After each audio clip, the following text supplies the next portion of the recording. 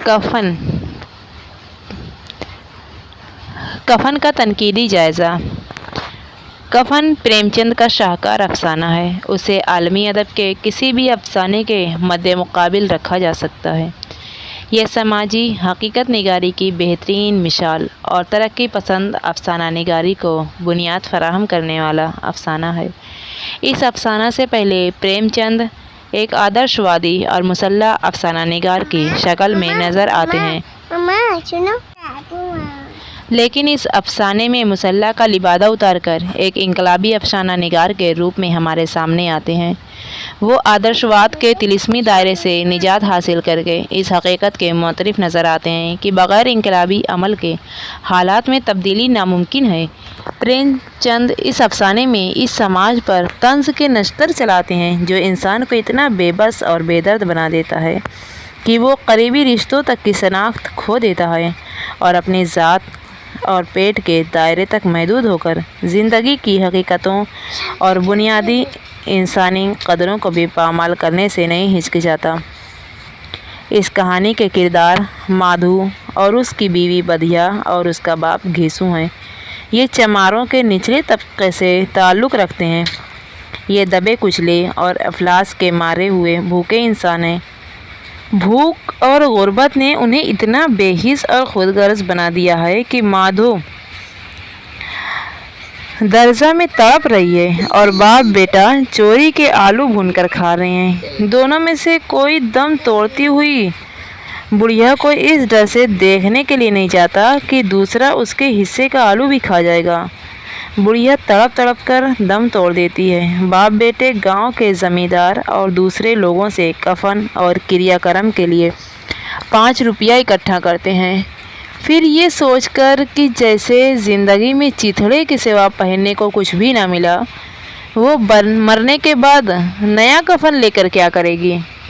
दोनों सारा पैसा खाने पीने और शराब पीने में खर्च कर देते हैं।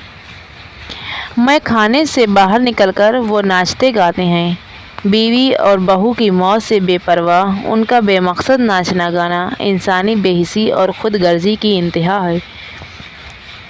ये कहानी समाजी हकीकत निगारी का नुक्ते आगाज़ और जुरात फ़िक्र की दलील होने के साथ साथ अपनी तमशीली तहदारी और आगाज़ व इंतहा के बलीग इशारों की वजह से भी मुमताज़ है।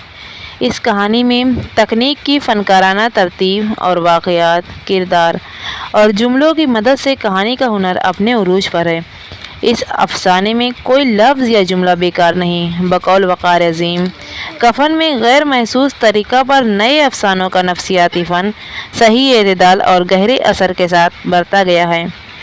इसमें शऊर की रो का अमल है, लेकिन फ़नी तवाज़न और तनासुब ने इसे कहीं बेहंगम और बेबाक नहीं होने दिया है।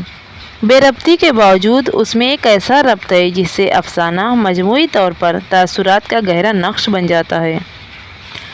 इस अफसाने में मुकालमा निगारी का फ़न अपने उरूज पर है। माधु और घैसू के माने खेज़ मुकालमों का एक लफ्ज़ तीर की आने की मानिंद दिल में उतर जाता है। ये मकालमे समाज की बेरहमी व सफाकी को बेनकाब करते हैं। मुकालमे मुलाहिज़ा हो, कैसा बुरा रिवाज है कि जिसे जीते जी तन ढांकने को चिथड़ा भी न मिले, उसे मरने पर नया कफन चाहिए। कोई कह रहा है कफन लाश के साथ जल ही तो जाता है। एक और मुकालमा सुनिए। और क्या रखा है, यही 5 रुपये मिलते तो कुछ दवा दारू करते। मरना है तो जल्दी से मर क्यों नहीं जाती, देख कर क्या आऊँ। बेचारी बड़ी अच्छी थी, मरी भी तो खूब खिला पिला कर। मरते वक्त हमारी ज़िंदगी की लालसा पूरी कर गई। वो बेकंठ ज़रूर जाएगी। ये पूरा अफसाना ऐसे ही सादा वो आम फहम अल्फाज से मरकब है, लेकिन उनमें ऐसा तंज है जो हमारे जहन को झंझोड़ कर रख देता है।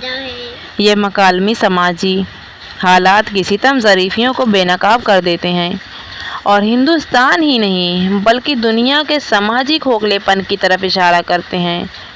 बधिया की मौत दरअसल माधु घेसू और पूरे बेज़मीर समाज की मौत